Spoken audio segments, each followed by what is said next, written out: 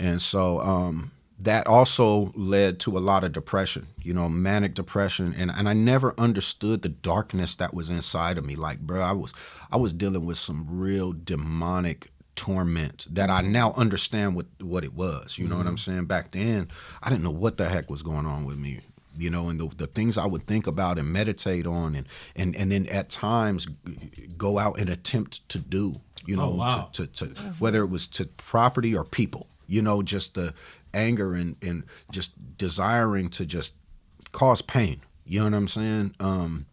I didn't understand where that came from, and I would be chilling, and then all of a sudden I just feel like this darkness come over me. It's like almost like a possession, and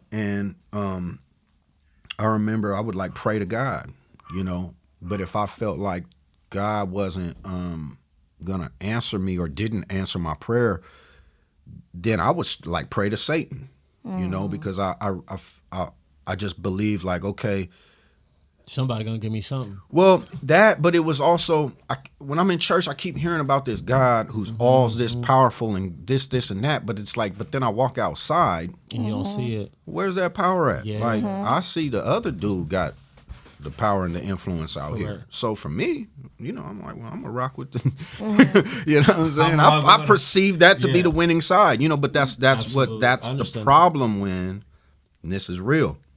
When you only tell one side of God's story, right? Because I realize today that we are giving the devil credit for a whole lot of things that this is God's judgment in a lot of cases. This ain't the devil out here just some rogue entity just wreaking all kinds of havoc, as much as a lot of the calamity that is in the world and even the things that befall us, bro. This is God's righteous judgment upon a sinful world. You feel what I'm saying? Like the wages of sin is death. The devil didn't invent death. He himself is going to suffer the consequence of the second death. Correct. So he's not like, we paint this picture like the devil's is ruling in hell. Like, no, hell is his punishment. Like you don't want to be there. You know what I'm saying? Any more than you or I. So you feel me? He I comes just to kill, steal, and destroy. So he's gonna find anything to kill and destroy. But even within that, there's limitations to his capability. Right. You know what I'm saying? If we understand.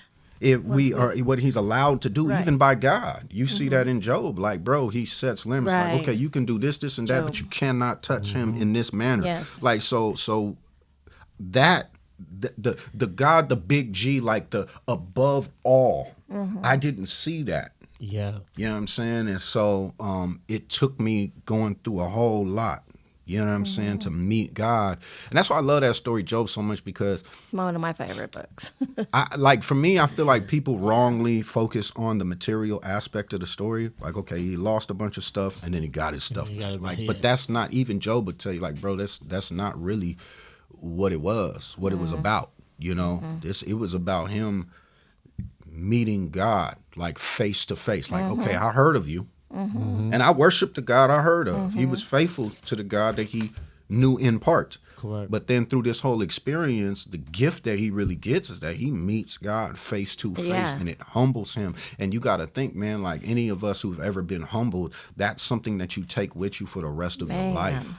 That's the gift that keeps on giving. You dig what I'm Absolutely. saying? And so I had to experience that, in my pride and me frustrated that my life wasn't working out the way that I wanted to be. My brother died when I was young, and that really messed me up and hurt me, and I blame God for it. And just, the more and more things aren't going my way, I'm just starting to get this chip on my shoulder, this sense of entitlement and all of these different things.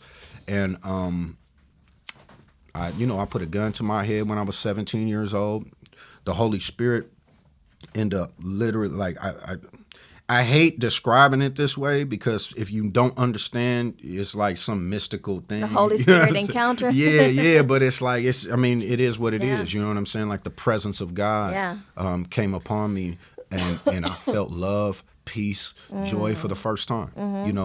Truly, and not in the sense that, not like a moment of happiness because somebody told a joke and I laughed and it released some type of chemical in my body that held me over for the next 10 minutes. You know what I'm saying? But no, like it was something that was so transformative that it has carried me, to this day. But it's not like, I'm not one of these people that's out here chasing some spiritual high. You know what I'm saying? Like what I met God that day. there was some things and some facts that were established in that encounter for me. And regardless of what mistakes I've made and how much I have, looked at the wind and the waves and lost my way at times, and you know what I'm saying, gotten caught up in my own hype or my own ego or whatever the case may be, my own anxiety trip or whatever, like what was established, what God showed me that day, who he is, how he is, and what he is capable of doing. You take a kid who's on Friday you at school with a sack and a pistol, and then on Monday you at school with a Bible. It was that fast. Yeah. You know what I'm saying? And it was just, he wrecked me, bro. Totally